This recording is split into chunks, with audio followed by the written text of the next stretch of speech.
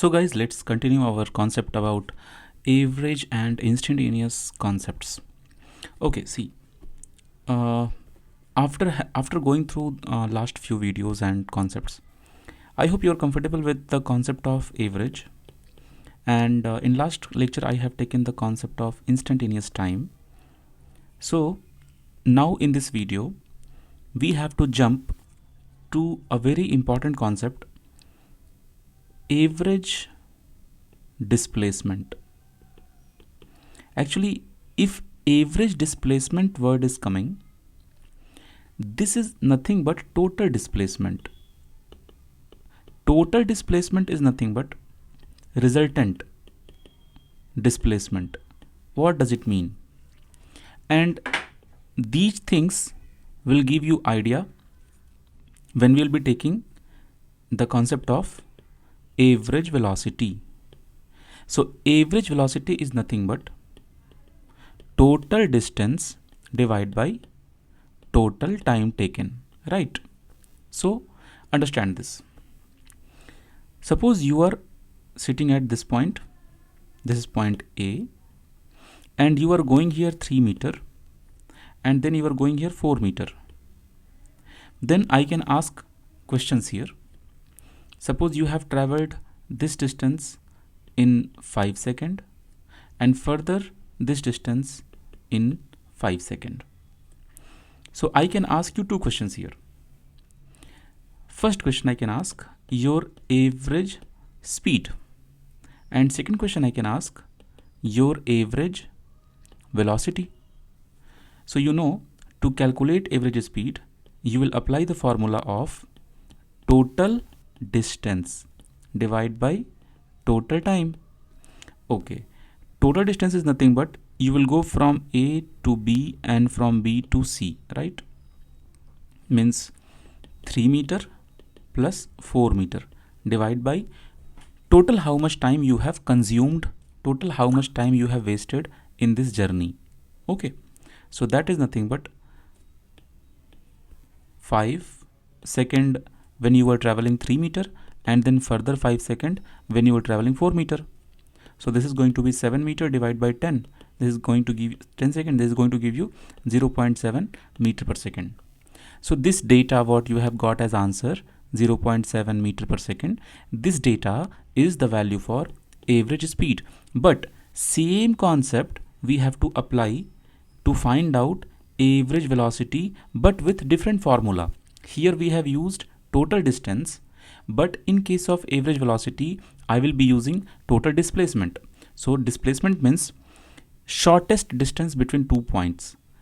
From point A you have started your journey, you went somewhere, you went somewhere, you went somewhere, you went somewhere, you went somewhere, but finally you are reaching at point C. So from point A to point C you have this distance. So shortest distance is this.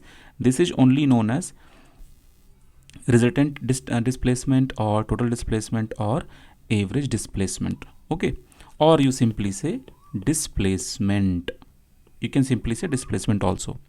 So the length, I mean the gap, or you say distance between A to C, you can calculate, and that will help you to find out your average velocity.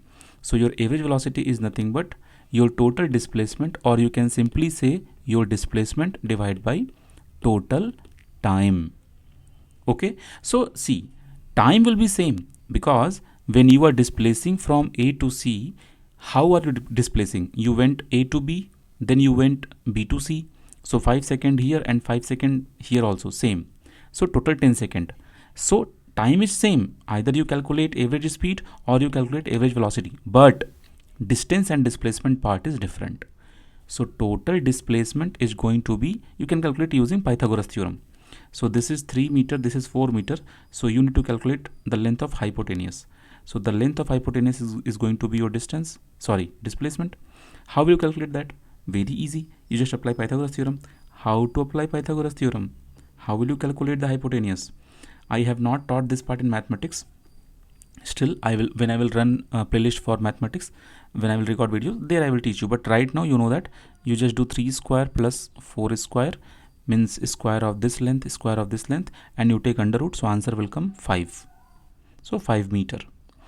So to calculate average velocity, displacement by total time. So displacement you are coming as 5 meter, divide by total time, that is 5 plus 5 means total 10. So 5 by 10, 5 by 10 means 0.5 meter per second. You can see your 0.5 if you compare with 0.7. So 0.5 is less than 0.7. So from here I am going to give you a very popular concept, a very popular outcome, which will they will directly ask in your IIT or your NEET exam. You always remember, your average velocity will always be less than your average speed. Or you can say, just now you have seen, right? And you can say your average velocity will be equal to your average speed. There are two different cases. See, if you are making your entire journey on a straight line, okay, from point A to B, you are not going here and there, you are not making any other path. You are directly coming from point A to point B. In this case, you will say that your motion is in a straight line. So if your motion, so condition is, if your motion is in a straight line, then your average speed and average velocity will be same, will be equal. Why will be equal? Because in case of average speed, you will be using distance. In case of average velocity, you will be using displacement. And in case of a straight line, your distance and displacement, they are going to be same, right? That's why your average speed and average velocity, they are going to be same. Anyway, time is common in both. Equal time we are, but just now we have seen, right? But if your motion is not on a straight line, in that case, your distance will always be greater than your displacement, correct? So if both side you divide by time, here also you divide by time, so this is giving you average speed and this is giving you average velocity. So you saw that your average velocity is always less than average speed. That's why we have two conditions. So if you add both the condition, then you can write this statement. So now you see average velocity is less or equal to average speed. Average speed. So sometimes this answer they can ask as a tricky part, like question, which of the following is correct option? So I can give you option 1. Your average speed is less than average velocity. Second option, average speed is always equal to average velocity. Third option, average speed is greater is equal to average velocity. Fourth option, none. So no doubt your third option is absolutely correct. Just now I have explained. I hope it's very clear, right? Okay. Now we have understood what is the meaning. Okay, one more thing. In same question, can I ask what is your instantaneous speed? Can I ask what is your instantaneous velocity? No, I cannot ask this. Okay. So actually, if you want to know that kind of question where instantaneous speed and instantaneous velocity we have to calculate, actually those questions used to be very, very different. So I will explain very soon those kind of questions. But right now we have covered our topic for average velocity and average speed. So make sure you understood everything. So in both the cases, you have direct formula. I will explain. See, always remember these two formulas. Your average speed is nothing but total distance divided by total time, correct? And when you are replacing this speed with velocity, then this distance you will replace with displacement. So it will look like average velocity is equal to total displacement, or simply you can say displacement also, because total displacement they all have same sense, divide by total time.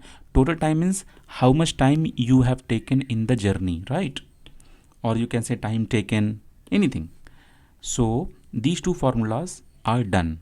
Okay, sometimes total distance will not be given directly. In that time we have to find out the distance, or sometimes displacement cannot be given directly. For example, let's do this question.